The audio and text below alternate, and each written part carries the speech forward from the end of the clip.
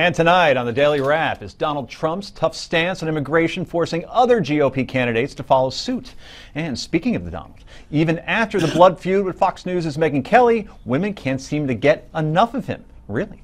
We've got all of that, plus Hillary's email nightmare and the latest on Planned Parenthood. This is the Daily Wrap, live from New York City.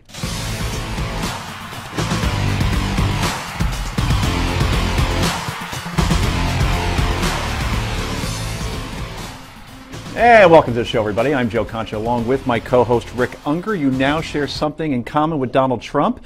Women can't get enough of him. And the same... Especially Heidi Klum. Really? Klum or Klum? It's Klum. Klum. Sorry, Heidi. Really, really sorry. We're going to transition out of this to Mr. Klum's right. She's a conservative pundit, a national spokesperson for the Libre. Am I pronouncing that correctly? Libre. You would never know my last name is... I can do Libre. Libre. You would never know my last name is Spanish. Initiative, a former cast member from the second season of The Real World. It wasn't a third. It was a third. Who put that in prompter? And a newbie to the Daily Wrap. Rachel Campos Duffy is here. Welcome. Thanks for having me. I watched you way back when. That was 1994, I believe. Am I correct on that? Wow, you're good. I can barely remember the year. And now I eat peanut butter out of a jar, just like the puck.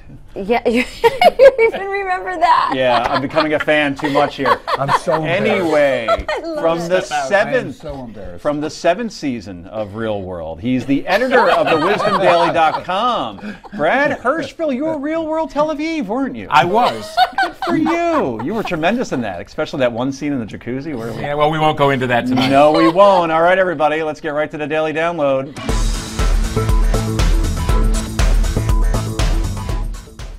And Donald Trump is forcing the conversation back onto immigration as he runs for president. During an interview with NBC's Chuck Todd on Sunday, the GOP frontrunner was pressed on what his immigration plan is. We have to make a whole new set of standards.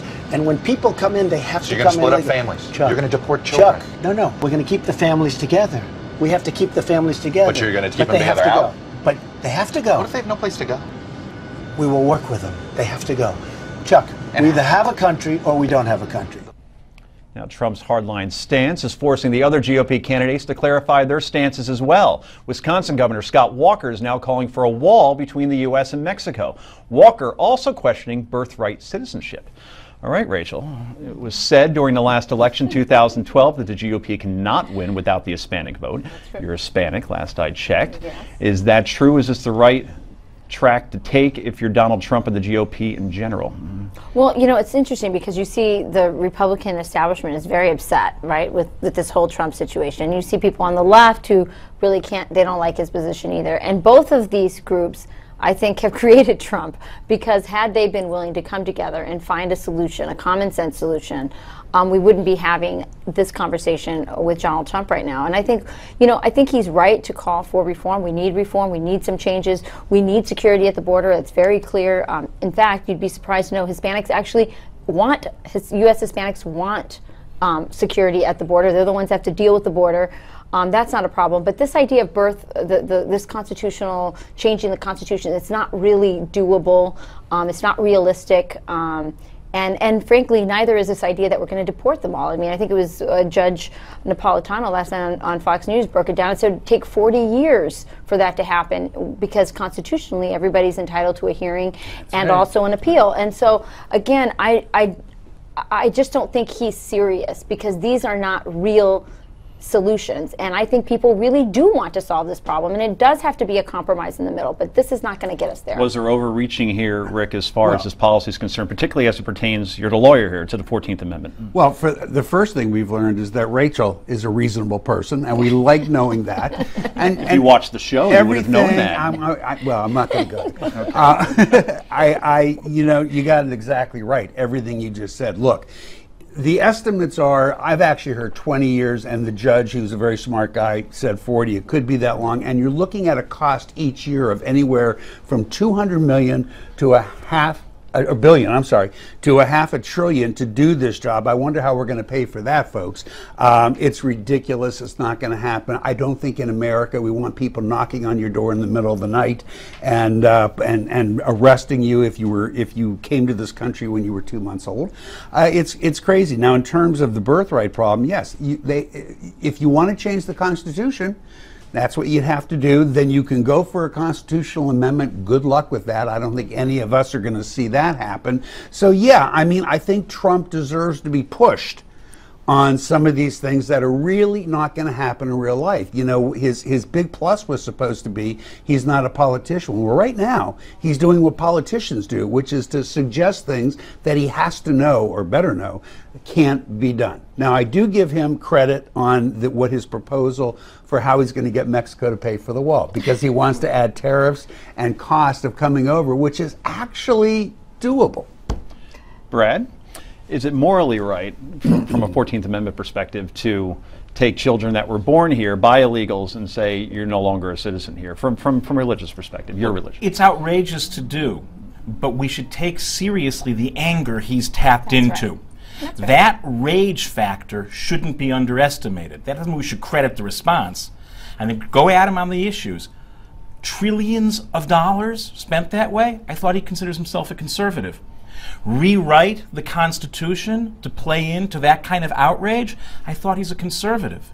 You know what, the real issues here is take seriously the out-of-controlness that people have, and then really say, what would good conservative principles dictate? They're not heartless, they're not mean-spirited, they're not loose with the Constitution, they don't spend trillions of dollars needlessly, they solve problems with as little intervention as possible, and he's actually a maximalist on intervention. It seems like he's got a problem with conservative issues. I got to ask you a question. Everybody keeps saying we have to take the rage seriously. I think by now we all are taking the rage seriously.